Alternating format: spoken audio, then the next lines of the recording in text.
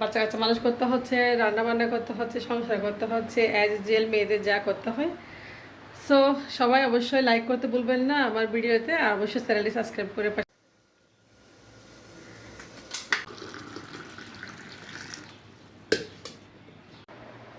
কি গেলছ। হ্যাঁ, কত রয়েছে?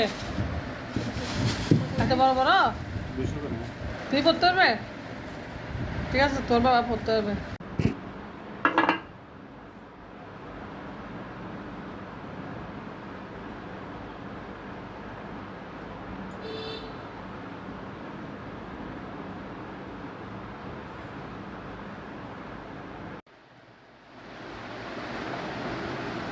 এই যে এই যে কোথায় তুমি?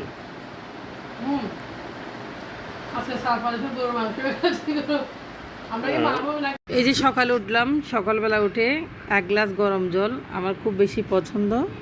তো গরম জল গরম করে নিয়েছি, দেখেন আমি আমার হাজব্যান্ড খাবো দুজনে। তো সকালে গরম জল স্বাস্থ্যের জন্য ভালো, যাদের একটু ফ্যাটি লিভার রয়েছে তাদের জন্য খুব বেশি ভালো। তো এক গ্লাস গরম জল খেয়ে নেব। Welcome back to my channel, কেমন আছেন সবাই? সো আজকের ব্লগটা শুরু করতে যাচ্ছি। তো মাথায় মেহেন্দি লাগাইছি দেখেন। তো আশা করি আমার ভিডিওটা ভালো লাগবে, ভালো লাগলে অবশ্যই চ্যানেলটি সাবস্ক্রাইব করে অবশ্যই পাশে থাকবেন, আর পাশে থাকা বেল বাটনে ক্লিক করে রাখবেন যাতে পরবর্তী ভিডিওর নোটিফিকেশন আপনার কাছে পৌঁছে যায়। তো আমার লাইফস্টাইল দেখে আমি আমার সকাল থেকে যা করি কাজকর্ম আসলে হাউস ওয়াইফ হিসেবে। তো আমি আসলে পড়াশোনা করেছি, তারপরেও হাউস ওয়াইফ কিছু বলার নেই, কারণ বাচ্চা কাচ্চা মানুষ করতে হচ্ছে, রান্না বান্না করতে হচ্ছে, সংসার করতে হচ্ছে, অ্যাজ জেল মেয়েদের যা করতে হয়। সো সবাই অবশ্যই লাইক করতে ভুলবেন না আমার ভিডিওতে, আর অবশ্যই চ্যানেলটি সাবস্ক্রাইব করে পাশে থাকবেন। আমি মনে করি সবাই সবাইকে ভালোবাসা দিয়ে অবশ্যই সবাই সফলতা পাবে যদি সবাই সবাইকে ভালোবাসা দেয়। তো ইনশাল্লাহ সবাই ভালো থাকবেন। তো ভিডিও শুরু করতে যাচ্ছি। ওকে, বাই বাই। চলে আসলাম নাস্তা করতে, এখন অফ ক্যামেরা একটু চাও খেয়ে নিয়েছি, এখন আমি নাস্তা বানাবো। দেখেন আমার হাজব্যান্ড ঘুমাচ্ছে, ও উঠে গেছে আর্লি। আমরা এখন রুটি গরম করে নিচ্ছি, রুটিগুলো আমরা খাবো গরম করে। আর এগুলো হচ্ছে আটা রুটি, চালের রুটি না, আটা রুটি আসলে মাংসের সাথে খুব বেশি ভালো লাগে। তো রাতের মাংস রয়েছে কুরবানির, তো মাংস আমি বেরিয়ে নিয়েছি একটা বাটিতে। আমরা এখন নাস্তা করতে চলে যাচ্ছি টেবিলে। তো আমার হাজব্যান্ডও খাবে, আমিও খাবো।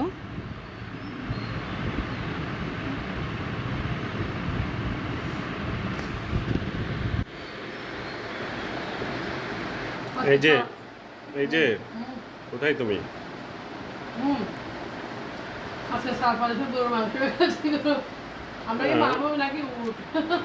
এটা আল্লাহ প্রদত্ত, আল্লাহ তোমাকে গিফট করেছে। মহান আল্লাহ রাব্বুল আলামিন তোমাকে উপহার দিয়েছে। আমার না, এটা হচ্ছে ওই গরু যে গরু হাড্ডি দিয়েছে।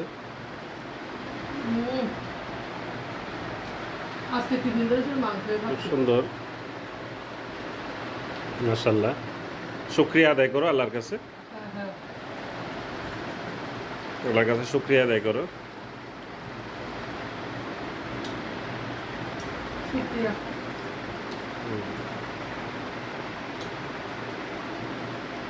তো গতকাল কিছু মেহেদি পাতা গাছ থেকে উঠাইছিলাম, দেখেন মেহেদি পাতাগুলো আমি মাথায় লাগাতে পারি না, কারণ কারেন্ট ছিল না, তো ব্লেন্ড করতে পারি না। এখন আমি সকাল সকাল মেহেন্দি পাতাগুলো ব্লেন্ড করে নেব আর চুলে লাগিয়ে নেব।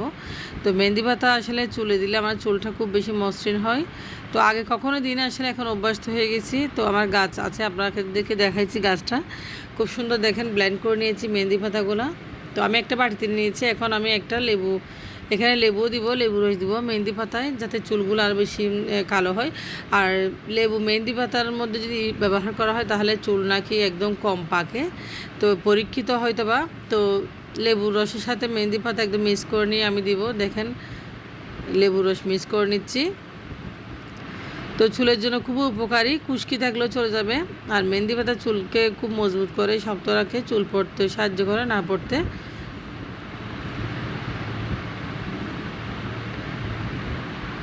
তো লেবু রস দিয়েছি, এখন আমি চুলে মেহেন্দি পাতাগুলো লাগাবো। আমি চলে যাচ্ছি পাশের রুমে। তো চুলগুলো আসলে কেমন জানি নষ্ট হয়ে গেছে আমার চুলগুলো। আসলে নিজেকে আসলে আজকে 2 বছর ধরে কোনো যত্ন করতেছি না, কারণ আমার হাজব্যান্ড একটু অসুস্থ ছিল। এই চিন্তায় আমি 2 বছর, বিশ্বাস করেন মানে এখন তো অবশ্যই আমার হাজব্যান্ড সুস্থ আছে, তো ভালো আছে মোটামুটি। আমি একটু আসলে অলস হয়ে গেছি, আমার স্কিনও নষ্ট হয়ে গেছে, আমার চুলও নষ্ট হয়ে গেছে। আমি একটা কখন ময়শ্চারাইজার দিই সেটাও মনে নেই। তো সানস্ক্রিন তো কিনাই হয় না, তো চুলকে একটু যত্ন করে দেখি, চুলটা একটু মেহেন্দি লাগে দেখি। দেখেন আমি চুলে কীভাবে মেহেন্দি লাগাচ্ছি খুব সুন্দর করে। তো চুলগুলো একদম খুলে, আর মেহেন্দির পাতার রসগুলো দেখেন পড়তেছে ঠপ ঠপ করে একদম। তো মেহেন্দি লাগাবেন আপনারাও চুলে লেবুর রস দিয়ে, একদম চুল মজবুত থাকবে এবং চুল পড়বে না। তো চুল পড়াও বন্ধ হবে। দেখেন আমার চুল অনেক লম্বা ছিল, একদম শর্ট হয়ে গেছে। তো চুল আসলে চুলের যত্ন করা হলে মুখের যত্ন করতে হয় না, সত্যি কথা। আমি চুলের যত্ন করে নেই বলে আমার মুখটা এরকম ফ্যাকাশ হয়ে গেছে, কালো হয়ে গেছে। তো যারা চুলের যত্ন করে অবশ্যই তাদের চেহারা ঠিক থাকে, সত্যি কথা। তো আপনারা চুলের যত্ন করবেন, দেখবেন চেহারাও ঠিক থাকবে। তো আপনার সাথে সব কিছু শেয়ার করলাম। দেখেন মেহেন্দি পাতাও লাগিয়ে নিয়েছি ভালোভাবে সুন্দর করে, এখন গুছিয়ে একদম। তো আমার ছেলে ঘুম থেকে উঠে গেছে, নাস্তা খাবে। ছেলে মেয়ে দুজনে আসলে ঘুম ছিল, তো আমরা নাস্তা করে নিয়েছি। অফ ক্যামেরায় ওদেরকেও নাস্তা বানিয়ে দিয়েছি। তো মেহেন্দিগুলো এভাবে ভালোভাবে লাগিয়ে দিয়েছি। আমি একটা কাপড় বেঁধে দিয়েছি, দেখেন একটা কাপড় বেঁধে আমি এখন চলেছি রান্না করে। তো আমার হাজব্যান্ডও চলে আসছে, এদিকে বাইরে গেছিলো। আমার ছেলে খতনা খারাবো আগামীকাল, সেজন্য সবাই একটু দোয়া করবেন।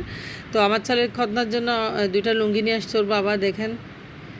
তো এদিকে ওর বাবা আমও নিয়ে আসছে আমাদের জন্য, আর নিয়ে আসছে গাজর। আমার নাস্তারও কিছু অর্ডার পড়েছে, আপনারা জানেন আমি ফ্রোজেন নাস্তা ডেলিভারি দিই, সেটা আপনাদেরকে কয়েকটা ভিডিওতে দেখিয়েছি অবশ্যই। দেখেন এদিকে গাজর নিয়ে আসছে আমার হাজব্যান্ড, আর আমগুলো খুব সুন্দর লাগতেছে, আর গাজরগুলো খুব সুন্দর।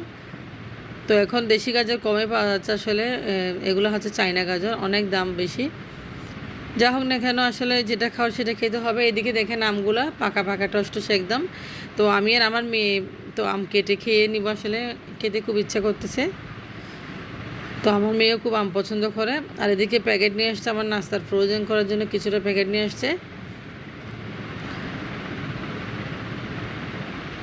সব মিলে আমার হাজব্যান্ড একটু বাইরে গেছিলো নাস্তা করে, আসলে খুব গরম পড়তেছে, ওর জন্য আবার অফ ক্যামেরা আমি শরবত বানিয়ে দিয়েছি লেবু দিয়ে। তো আমরা এটাই খেয়ে নিয়েছি। তো আমার গাজর আমি গুছিয়ে রাখতেছি খুব সুন্দর করে। গাজরগুলো দেখেন খুব সুন্দর, একদম চায়না গাজর এমনিতেই সুন্দর আসলে, তবে দেশি গাজরটা একটু বেশি মজা হয়, মিষ্টি হয়। এই গাজরটা একটু ফানসা টাইপের, মজা কম। তো আমগুলো রূপালি আম মনে হয়, সম্ভবত রূপালি আমই আনছে। তো এখন সব কিছু গুছিয়ে আমি আমার মেয়ে আম কেটে নিচ্ছি, আমরা আম খাবো। তো আমগুলো দেখেন আমরা কেটে নিচ্ছি, অনেক মিষ্টি সুস্বাদু আম। আমার মেয়ে আমাকে বলছে আম্মু সুস্বাদু আম, খুব বেশি সুস্বাদু। মেয়েটা পাকনা পাকনা কথা বলে, সুস্বাদু মানে নাকি অনেক মজা, আমাকে বোঝাচ্ছে। যা হোক, ওরা ভাই বোন খাচ্ছে। দেখেন আমার মেয়ে ওর ভাইকে ছাড়া এক টুকরা আমও মুখে দেবে না, প্রথমে ভাইকে খাওয়াই দিবে। আমার ছেলে আম খাইতো না, ও সবসময় খাওয়াই দিত। তো আমি সব কিছু কাজ শেষ করে এখন দেখতে পাচ্ছেন আমি খাওয়ার জন্য চলে আসলাম। এখন দুপুরে লাঞ্চটা করে নিচ্ছি। তো আজকে খাচ্ছি কলিজা ভুনা দিয়ে, দেখেন খুব সুন্দর করে গরম ভাতের সাথে সাদা ভাত নিয়ে আমি লাঞ্চটা করে নিচ্ছি। তো আমার ছেলে মেয়েও খেয়ে নিয়েছে। তো এভাবে আসলে সারাটা দিন চলে গেল। বিকেলে আরও কিছু কাজ পড়ে রয়েছে, আর আমার অনেক নাস্তা বানানো রয়েছে, যেহেতু আজকে অনেকগুলো ফ্রোজেন সমোসার অর্ডার আছে, সেগুলো কমপ্লিট করতে হবে।